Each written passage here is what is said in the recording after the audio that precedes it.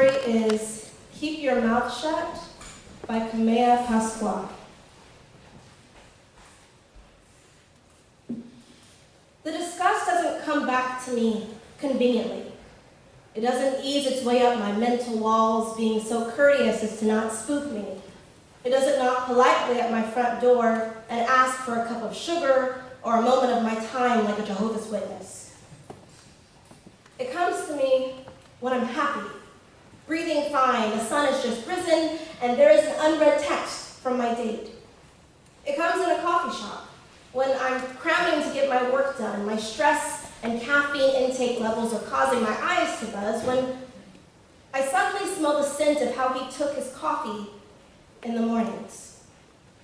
I can practically taste the kisses he robbed me of, with that scent emanating from his insistent mouth. The smell is suffocating. My dreams are no safe house either. My dream quickly turns from a kiss from my love interest to him catching me, yelling that I'm a cheater, and the terror sets in of how he will punish me that night. What weapon will he use this time? The echo of the promised threat courses through my veins, leaving my hands shaking and heart pounding. The horror shakes my bones to the brink of snapping. I wake drenched in sweat, tears, and sometimes, for particularly brutal nights, my own urine. I walk to the bathroom, shaking, nauseous, and stripped down. Looking in the mirror, I see the figure staring back at me. I look at my neck, chest, navel, unshaved legs. I sink to the floor. It feels like he is sitting on my chest again, my arms pinned to the carpet, and has that look of anger and passion in his eyes that any stranger could have easily mistaken for love. Please, I beg him. I just want to go to sleep. Disregarding my begging, he quickly pulls off his gym shorts as he is mastered with one hand so that I can't squirm out of reach.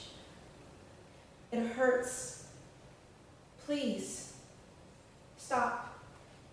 I'm saying, barely audible through his panting and my choking back tears. It felt like someone was splitting me in half through my vagina, all that blood. I would have to wash the blanket in the morning. He finishes. I'm lying there staring at the fire alarm on the ceiling of the apartment. He rolls over, climbs on the bed. I follow. Before long, he is snoring. His hand is firmly gripping my left breast. He is a light sleeper, so when I ask, "Did you set your alarm for work tomorrow?" he rustles a little and nods. I kiss him on the nose, snuggle up to him, and he wraps his arms around me. I come to realize I've been sitting on the floor for 15 minutes, staring at my crooked toes that have turned purple. I made myself believe that it was normal. So it became that for me, my new normal. I left the reality out on the table and never touched it, never went near it, walked by it every single day. I no longer recognized its existence. It sat there for 8 months, untouched, and much like expired food, it has begun to rot. The smell has seeped through my consciousness over the months of being unacknowledged. I crawl across a continent's length of tile to the bathtub. That last piece of normal inside me reaches out and turns on the faucet. The last piece that isn't soiled like my bed sheets. Gripping the edge of icy porcelain, I heave myself up, and all that fear secretes onto it. I'm surprised it doesn't break on contact. But objects aren't like people. There is a formula for their destruction. For people, it's just inevitability. It's no easy task, but I throw my legs over the edge, letting my bare feet absorb the heat of the water on the bathtub floor. Then, what feels like hours later, that is minutes, I stand. My legs seem to have forgotten their purpose, hands frantically clutching the wall, and eyes that can't seem to differentiate the powerful water pressure from the pressure of his persistent hands. But the warmth. He didn't have that. and I cling to that thought as I scrub my skin to bone. So I dry myself off, gently, softly, caressing my corrupted skin. The nightmare is faded now. Instead of written on my body, it's only spilled its ink under my eyes. I get dressed in fresh clothes that fill my nose with laundry detergent and the faint scent of my perfume, and I am grateful there is no trace of him here. I put on my makeup and shoes, grab my bag, garage door clicker, and I'm out the door, locking it behind me, along with the demon sleeping in my bed. And I take a mental note to put wash bed sheets on the to-do list. I tried explaining what happened to my mother once. She was in Vegas on one of her monthly excursions when dealing with her unhappy marriage became too much. So I called her. My voice was raspy and choked, but somehow I got it out. He raped me multiple times.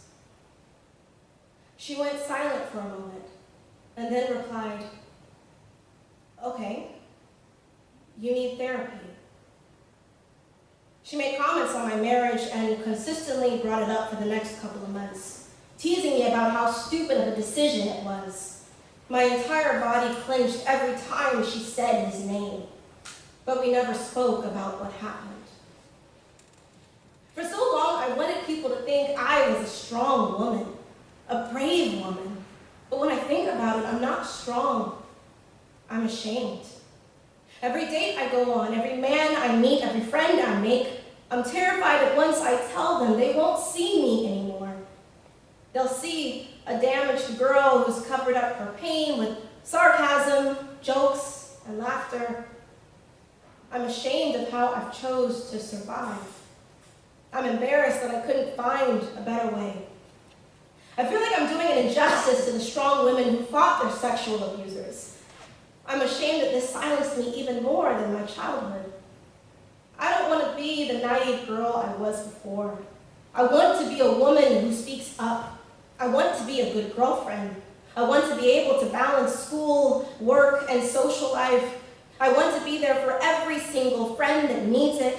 I want to help every person I can, so that there will be some people out there who aren't terrified of opening up. So that maybe, just maybe, if they go through something paralyzing, they can be braver than I was. On the rare occasion that I put myself out there, when I meet a man who doesn't want to be with me, yes, it's annoying, and yes, I still wonder why I'm not good enough, but it doesn't reach me like it used to. I don't lose sleep over boys anymore. Maybe that's because of my past, or perhaps that's just growing up. Maybe a little bit of both. To me, it's a relief when a man doesn't want me. It means I don't have to open up. It means I don't have to worry about falling in love, which gives me anxiety now more than ever. Not many people know about what happened in that year of marriage, so I can't say people say this or that. But I can tell what I fear about the few people who do know. I fear that someday someone will see it. They will see how I avoid commitment. They will see how I itch my neck when a man gets too close. They will see how I pull at my sleeves and wrap my arms around my body when I'm wearing something that I've been taught is provocative. They will see that my breath becomes thick and heavy when someone talks about abuse. They will know that I'm not bubbly. They will see me. And I'd rather much be invisible, because then I don't have to feel things. Then I don't have to relive a single second of those 5 months. A professor once told me to trust myself more. He, of course, was referring to my constant apologies for feeling like I didn't understand a chapter, even though I wrote an immaculate summary of it. He doesn't know, but this advice reached me on a different level. I feel like I'm always saying the wrong thing. I think I never really have something valuable to add to a conversation. I think I will never sound as intellectual or culturally diverse as someone else. There's always a smarter person in the room, but I also feel this way about events in my life. When I was raped, I didn't believe it. I told myself it didn't happen because I thought that maybe somewhere in those experiences I had said yes. I had wanted it, and that my mind just twisted things in a way that made it seem different.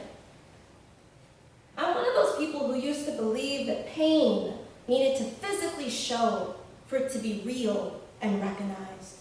I don't just mean cuts and bruises, I mean mental illnesses as well. I'm afraid that there is something wrong with me for not having a mental illness after experiencing something as traumatic as that. It seems like every day I'm just waiting to fall apart. I never do. It's like my body is incapable of it. I feel the feeling surface when someone talks about abuse, so I rush to the bathroom hoping for tears. But all I get is a crystal clear view of a black stall door littered with carved words, wondering when it will happen, or if I'm doomed to feel everything and nothing at all. Thank you.